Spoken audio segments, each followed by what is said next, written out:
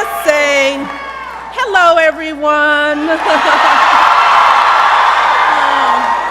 I am so thrilled to be here with you all today in New Hampshire. This is like home to me. And this day, thank you for a beautiful fall day. You just ordered this day up for me, didn't you?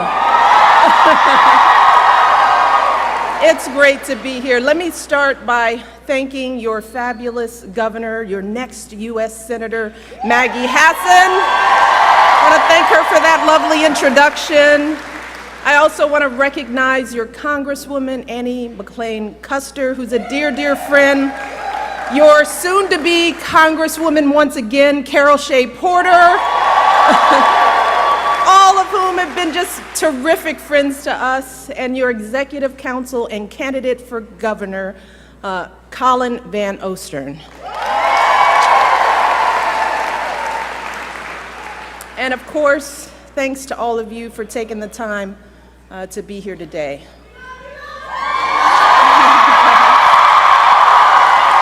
Thanks so much. That's very sweet of you. I love you guys too. I can't believe it's just a few weeks before Election Day as we come together to support the next President and Vice President of the United States, Hillary Clinton and Tim Kaine. And New Hampshire is going to be important, as always. So I'm going to get a little serious here because I think we can all agree that this has been a rough week in an already rough election. This week has been particularly interesting for me personally because it has been a week of profound contrast. See, on Tuesday at the White House, we celebrated the International Day of the Girl and Let Girls Learn. And it was a wonderful celebration. It was the last event that I'm going to be doing as First Lady for Let Girls Learn. And I had the pleasure of spending hours talking to some of the most amazing young women you will ever meet, young girls here in the US and all around the world. And we talked about their hopes and their dreams. We talked about their aspirations. See, because many of these girls have faced unthinkable obstacles just to attend school, jeopardizing their personal safety, their freedom, risking the rejection of their families and communities. So I thought it would be important to remind these young women how valuable and precious they are. I wanted them to understand that the measure of any society is how it treats its women and girls.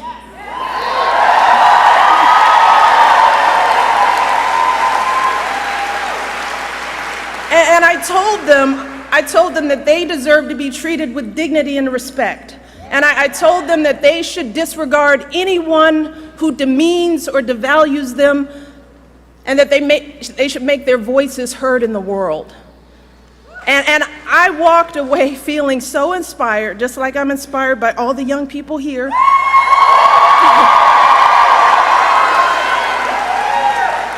And I was so uplifted by these girls. That was Tuesday. And now here I am, out on the campaign trail in an election where we have consistently been hearing hurtful, hateful language about women. Language that has been painful for so many of us, not just as women, but as parents trying to protect our children and raise them to be caring, respectful adults, and as citizens who think that our nation's leaders should meet basic standards of human decency.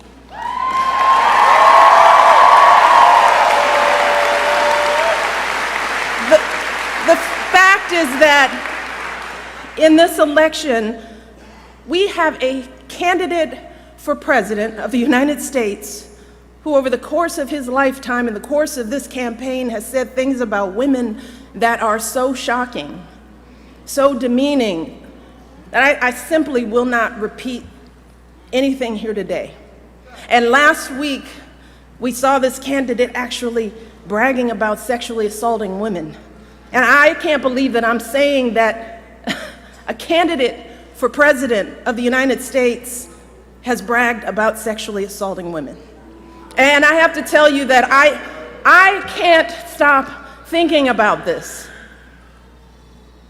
It has shaken me to my core in a way that I couldn't have predicted.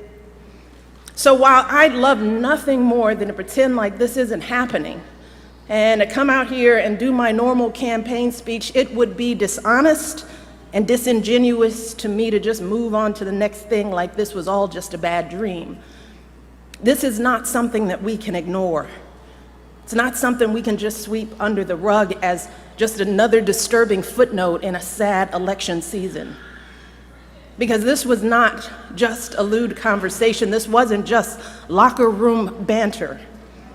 This was a powerful individual speaking freely and openly about sexually predatory behavior and actually bragging about kissing and groping women, using language so obscene that many of us were worried about our children hearing it when we turn on the TV. And to make matters worse, it now seems very clear that this isn't an isolated incident. It's one of countless examples of how he has treated women his whole life. And I have to tell you that I listen to all of this, and I feel it so personally. And I'm sure that many of you do too, particularly the women. The shameful comments about our bodies, the disrespect of our ambitions and intellect, the belief that you can do anything you want to a woman. It is cruel. It's frightening. And the truth is, it hurts. It hurts. It's like that sick, sinking feeling you get when you're walking down the street minding your own business and some guy yells out vulgar words about your body. Or when you see that guy at work that stands just a little too close, stares a little too long, and makes you feel uncomfortable in your own skin. It's that feeling of terror and violation that too many women have felt when someone has grabbed them or forced himself on them and they've said no, but he didn't listen. Something that we know happens on college campuses and countless other places every single day. It reminds us of stories we've heard from our mothers and grandmothers about how back in their day, the boss could say and do whatever he pleased to the women in the office, and even though they worked so hard, jumped over every hurdle to prove themselves, it was never enough. We thought all of that was ancient history, didn't we? And so many have worked for so many years to end this kind of violence and abuse and disrespect, but here we are in 2016, and we're hearing these exact same things every day on the campaign trail. We are drowning in it. And all of us are doing what women have always done. We're trying to keep our heads above water, just trying to get through it, trying to pretend like this doesn't really bother us. Maybe because we think that admitting how much it hurts makes us as women look weak. Maybe we're afraid to be that vulnerable. Maybe we've grown accustomed to swallowing these emotions and staying quiet because we've seen that people often won't take our word over his. Or maybe we don't want to believe that there are still people out there who think so little of us as women. Too many are treating this as just another day's headline, as if our outrage is overblown or unwarranted, as if this is normal, just politics as usual. But New Hampshire, be clear, this is not normal. This is not politics as usual.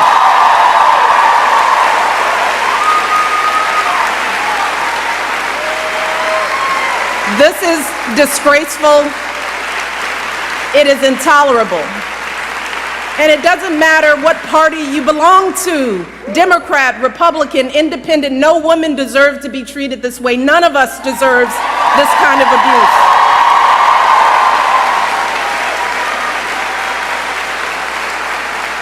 And I know it's a campaign, But this isn't about politics. It's about basic human decency. It's about right and wrong. And we simply cannot endure this or expose our children to this any longer, not for another minute, and let alone for 4 years. Now is the time for all of us to stand up and say, enough is enough. This has got to stop right now. Because consider this, if all of this is painful to us as grown women, what do you think this is doing to our children? What messages are our little girls hearing about who they should look like, how they should act? What lessons are they learning about their value as professionals, as human beings, about their dreams and aspirations? And how is this affecting men and boys in this country? Because I can tell you that the men in my life do not talk about women like this, and I know that my family is not unusual.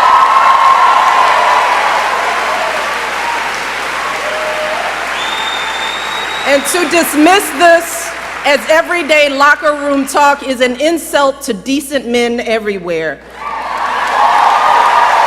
The men that you and I know don't treat women this way. They are loving fathers who are sickened by the thought of their daughters being exposed to this kind of vicious language about women.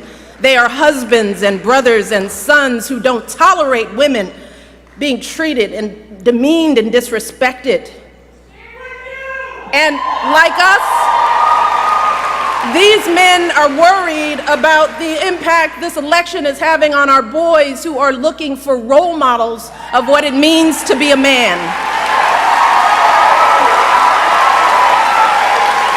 In fact, someone recently told me a story about their 6-year-old son who one day was watching the news. They were watching the news together, and the little boy out of the blue said, "I think Hillary Clinton will be president." And his mom said, "Well, why do you say that?" And this little 6-year-old said, "Because the other guy called someone a piggy." And he said, "You cannot be president if you call someone a piggy." So even a 6-year-old knows better. A 6-year-old knows that this is not how adults behave. This is not how decent human beings behave. And this is certainly not how someone who wants to be president of the United States behaves.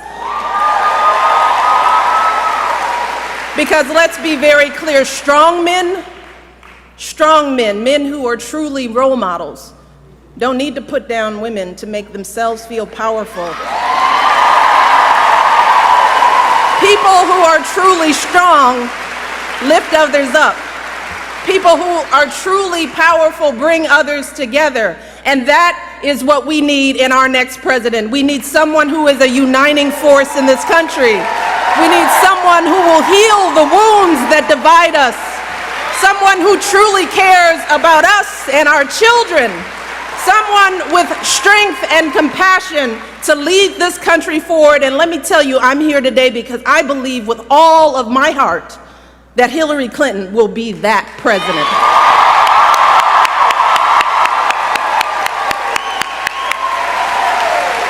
See, we know that Hillary's the right person for the job because we've seen her character and commitment, not just in this campaign, but over the course of her entire life. The fact is that Hillary embodies so many of the values that we try so hard to teach our young people. We tell our young people, work hard in school, get a good education.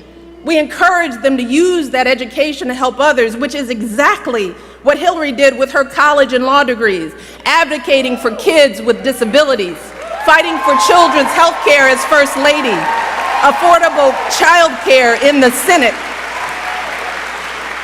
We teach our kids the value of being a team player, which is what Hillary exemplified when she lost the 2008 election and actually agreed to work for her opponent as our Secretary of State, earning sky-high approval ratings, serving her country once again. We also also teach our kids that you don't take shortcuts in life and you strive for meaningful success in whatever job you do. Well, Hillary has been a lawyer, a law professor, First Lady of Arkansas, First Lady of the United States, a U.S. Senator, Secretary of State, and she has been successful in every role, gaining more experience and exposure to the presidency than any candidate in our lifetime. More than Barack, more than Bill, and yes, she happens to be a woman.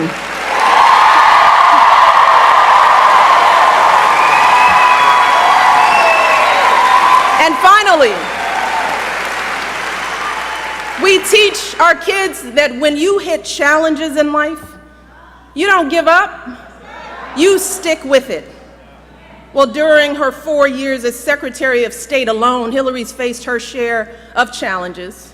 She's traveled to 112 countries, negotiated a ceasefire, a peace agreement, a release of dissidents. She spent 11 hours testifying before a congressional committee. We know that when things get tough, Hillary doesn't complain. She doesn't blame others. She doesn't abandon ship for something easier. No, Hillary Clinton has never quit on anything in her life. So, in Hillary, we have a candidate who has dedicated her life to public service. Someone who has waited her turn and helped out while waiting. She is an outstanding mother. She has raised a phenomenal young woman. She is a loving, loyal wife. She's a devoted daughter who cared for her mother until her final days. And if any of us had raised a daughter like Hillary Clinton, we would be so proud. We would be proud. And regardless of who her opponent might be, no one could be more qualified for this job than Hillary, no one.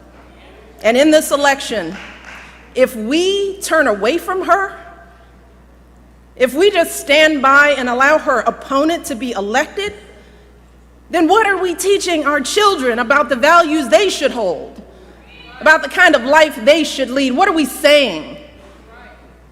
In our hearts, we all know that if we let Hillary's opponent win this election, then we are sending a clear message to our kids that everything they're seeing and hearing is perfectly okay. We are validating it. We are endorsing it. We're telling our sons that it's okay to humiliate women.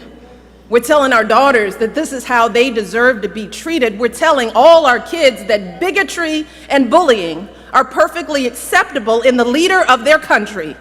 Is that what we want for our children? And remember, we won't just be setting a bad example for our kids, but for our entire world. Because for so long, America has been a model for countries across the globe, pushing them to educate their girls, insisting that they give more rights to their women. But if we have a president who routinely degrades women, who brags about sexually assaulting women, then how can we maintain our moral authority in the world? How can we continue to be a beacon of freedom and justice and human dignity? Well, fortunately, New Hampshire, here's the beauty. We have everything we need to stop this madness. You see, while our mothers and grandmothers were often powerless to change their circumstances, today, we as women have all the power we need to determine the outcome of this election. We have knowledge. We have a voice. We have a vote. And on November the 8th, we as women, we as Americans, we as decent human beings can come together and declare that enough is enough. And we do not tolerate this kind of behavior in this country.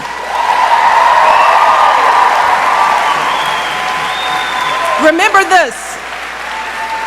In 2012, Women's votes were the difference between Barack winning and losing in key swing states, including right here in New Hampshire.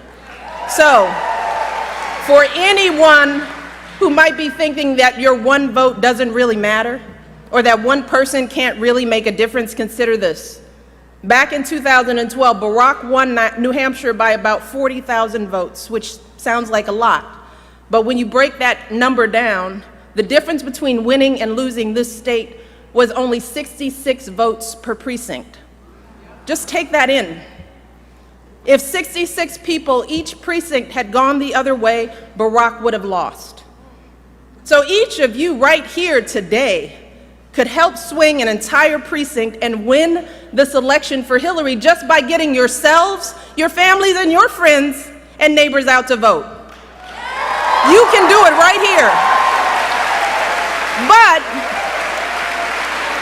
you could also help swing an entire precinct for Hillary's opponent with a protest vote or by staying home out of frustration. Because here's the truth. Either Hillary Clinton or her opponent will be elected president this year. And if you vote for someone other than Hillary, or if you don't vote at all, then you are helping to elect her opponent. And just think about how you will feel if that happens.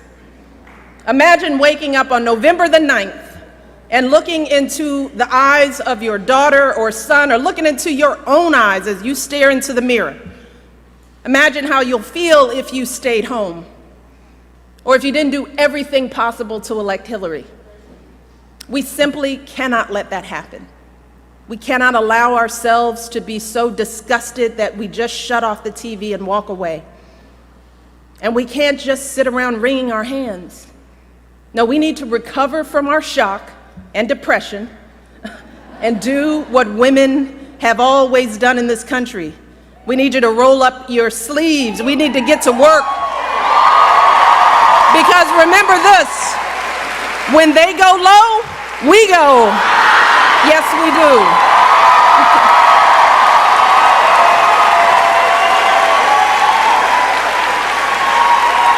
And voting ourselves is a great start, but we also have to step up and start organizing. So we need you to make calls and knock on doors and get folks to the polls on Election Day and sign up to volunteer with one of the Hillary campaign folks who are here today just waiting for you to step up. And young people, and not so young people, get on social media. Share your own story of why this election matters, why it should matter for all people of conscience in this country. There is so much at stake in this election. See, the choice you make November 8th could determine whether we have a president who treats people with respect or not. A president who will fight for our kids, for good schools, for good jobs for our families or not. A president who thinks that women deserve the right to make our own choices about our bodies and our health or not. That's just a little bit of what's at stake. So we cannot afford to be tired or turned off. And we cannot afford to stay home on Election Day. Because on November the 8th, we have the power to show our children that America's greatness comes from recognizing the innate dignity and worth of all our people. On November the 8th, we can show our children that this country is big enough to have a place for us all. Men and women, folks of every background and walk of life, and that each of us is a precious part of this great American story, and we are always stronger together. On November 8th, we can show our children that here in America, we reject hatred and fear. And in difficult times, we don't discard our highest ideals. No, we rise up to meet them. We rise up to perfect our union. We rise up to defend our blessings of liberty. We rise up to embody the values of equality and opportunity and sacrifice that have always made this country the greatest nation on earth.